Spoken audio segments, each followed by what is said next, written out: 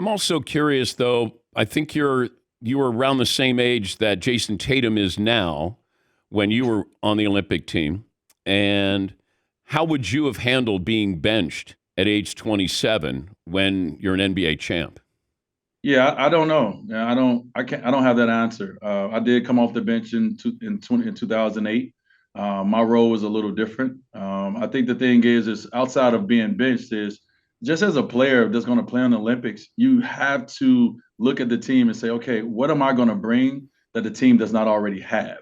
It's not about you being a great player or not. I mean, obviously, each player on this team is a great player in their own right, but it's about making sure that you bring something to the team that the other guys can depend on, that can rely on, that they would trust you, that they know is going to be every night.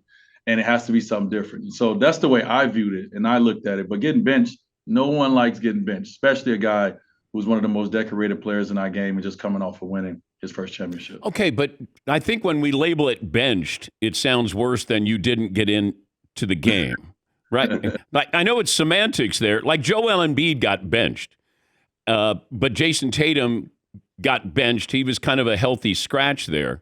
So I'm trying to figure that out. Mike Krzyzewski said when he was an assistant coach on the with the Olympic teams, you had a pledge.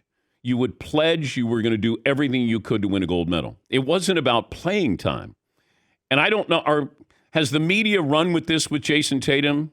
Noah, do you think that this is a big deal that Jayson Tatum is not starring for this Olympic team? I actually think Sue Bird had the perfect quote to describe really the situation. She was on Carmelo Anthony's podcast, which Dwyane was on as well, and he did an okay job. I would say Sue's wording with it was, it's the most uncomfortable team you'll ever play for, because realistically only about 1 to 2 players on the team are going to be playing their normal NBA or WNBA role. So in this team, LeBron James is playing his normal role. He's running the show. Kevin Durant is essentially playing his role of just going and getting buckets. But outside of that, everybody else is trying to fit into something they're not accustomed to doing.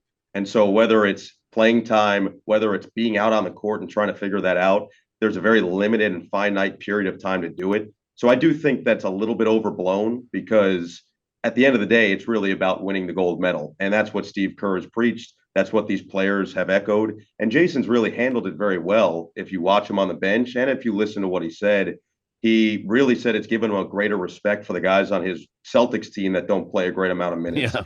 I think that's probably the right perspective to take on it is, oh, wait a second, this happens to other people? Because it never happened to him in his life. So, You're right. He's played well.